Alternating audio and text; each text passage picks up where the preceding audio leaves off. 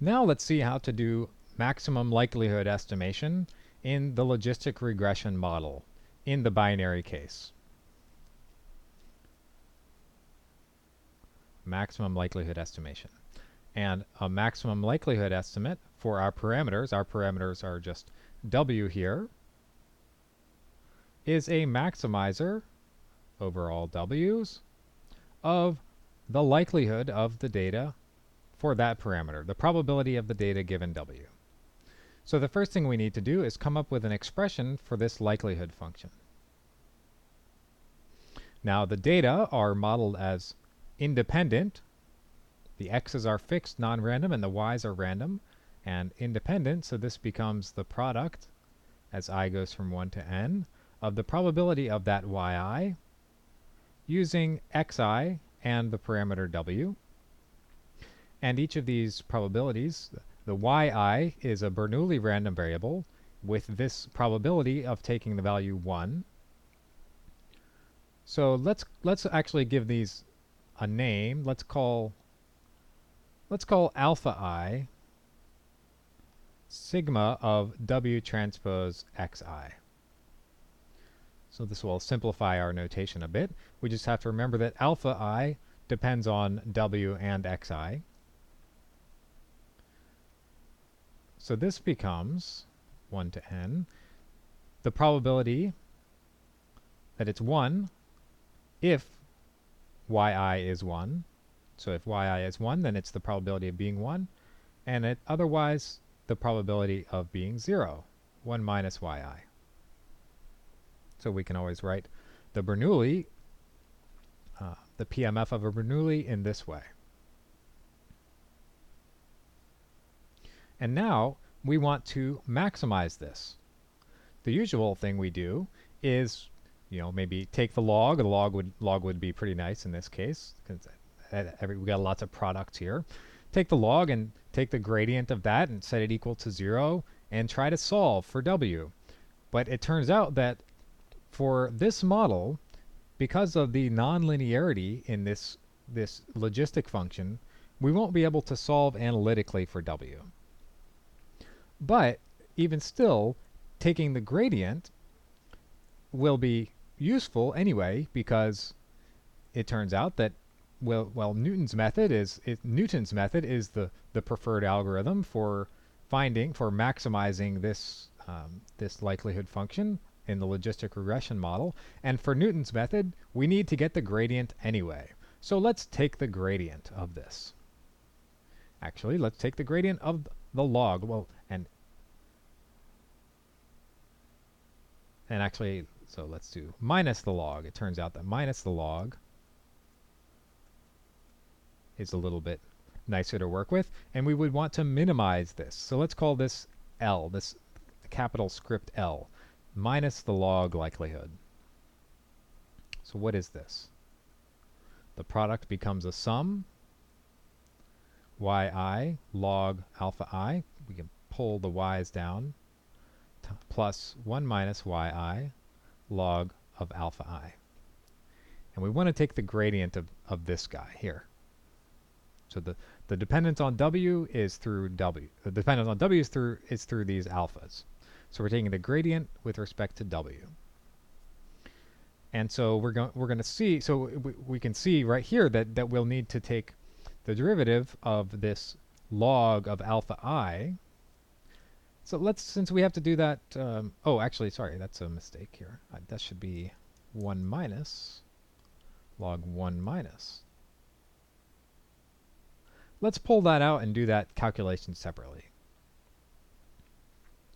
Let's take the derivative of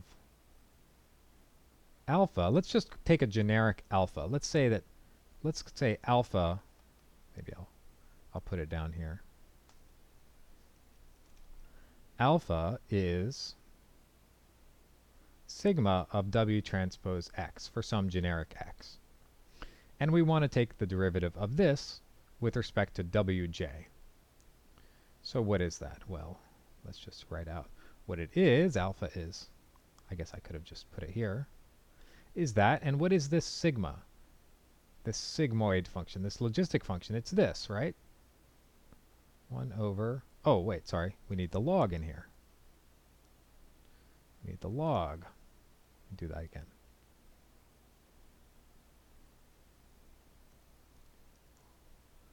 Log alpha. And let's write out what log of alpha is. Log of alpha is log of this thing. Log alpha, log of sigma of W transpose X.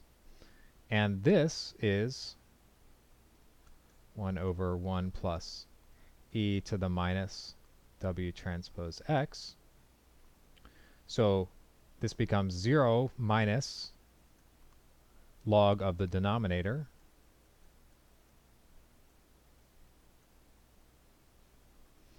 And now let's differentiate this guy with respect to Wj and see what we get. So minus, so we get, well, I guess we can just go ahead and do it. We get 1 over, or we get minus something over this, 1 over e to the minus W transpose X. This goes on the bottom, and we take the derivative of the log times the derivative of the inside, which is minus, the minus cancels here, and we get xj e to the minus W transpose X. Right. So this is, what is this? We can rewrite this as, let's make a little space over here. This is actually equal to 1 minus alpha, because, or it's xj times 1 minus alpha. Because alpha was this right here, right? And so if we add this is between 0 and 1, and if we add this to this, you know, without the xj, then we get 1. So this is xj times 1 minus alpha. Okay, so that's good. Now let's do the same thing. We're going to have to differentiate this guy, so let's do the same thing for that. So let's write out log of 1 minus alpha. What's that? Well, we just said that this was equal to 1 minus alpha, so this is log of this thing without xj. Log of that is going to be minus W transpose X minus log of the denominator.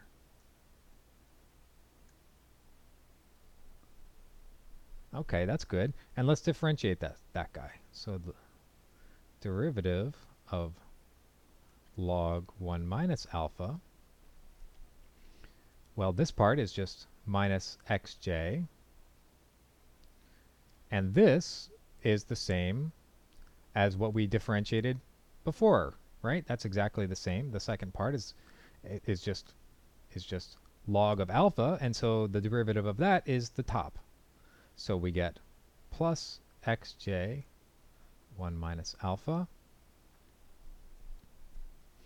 and then the xj's, these cancel, and we get minus alpha xj. Okay, very nice. So we can use these two little results here to make it easier to differentiate this guy. So let's do that now. Let's differentiate that guy. So when we differentiate this, we're going to get, actually, before we differentiate it, let's copy and paste that down below so we can see what we're doing. Let's see if we can do this.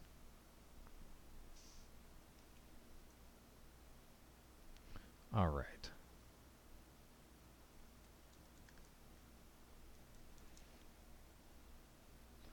Okay, now we can refer to these results. So when we differentiate this guy with respect to Wj, what do we get?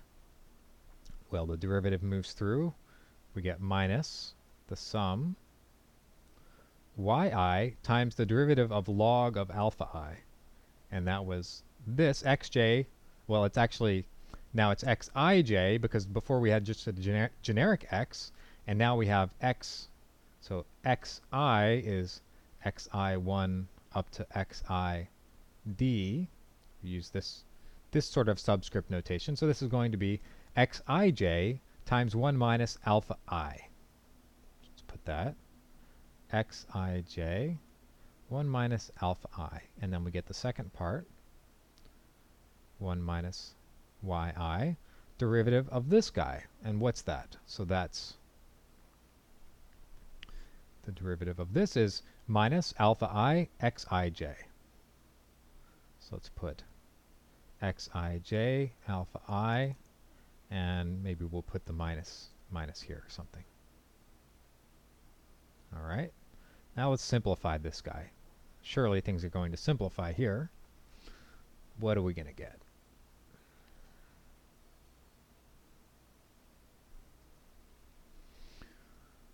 So let's see. I better write it out, otherwise I'll be sure to make a mistake.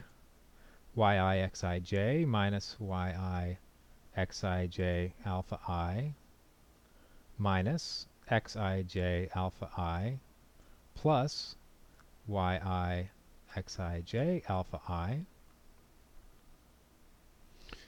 All right. And so these cancel. Boom, boom. And we can pull out the xij. If we pull out the xij and flip we can move the minus inside, we get alpha I minus yi xij. Okay, so that's looking good.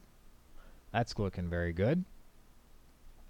Now let's see if we can come up with a nice linear algebra expression for this. That would be nice if we can sort of wrap this all up in an expression for the gradient. So let's think about that.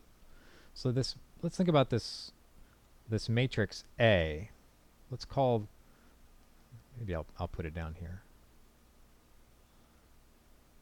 This matrix A, which will be x11 up to x1d down to xn1 over to xnd. So the rows of this matrix are each of the individual points transposed. I guess I should put transpose there. So this is the first row is x1 transpose and so on. And this is called the design matrix. This is the same thing that we used when we were doing linear regression. So this is this familiar design matrix thing. And let's see if we can, it looks like maybe we can use that here. So what's going on in this? This is a dot product between, so I is changing here and j is fixed. So it's a dot product between the jth column of A and the vector of these quantities here. The jth column. So if we took that vector and made it a row vector and multiplied it by A, so if we did alpha minus y, if y is the vector of y's, transpose times A, then that would give us each of these individual quantities as j ranges over 1 to d. But that's a row vector. We would like to get a column vector for the gradient. So let's just transpose that guy. So let's transpose that. And that will be the gradient of L with respect to W. It will be A transpose alpha minus y. Maybe I'll use this sort of blocky y for the vector y. Something like that. All right. Wait, so is that, let's see, is that right? Yes. Okay, right. And that's right. That is the gradient. I can check my reference here, and that is indeed the gradient. So we didn't make any mistakes. We got it. And next we're going to need the Hessian for Newton's method. So next we'll do the Hessian.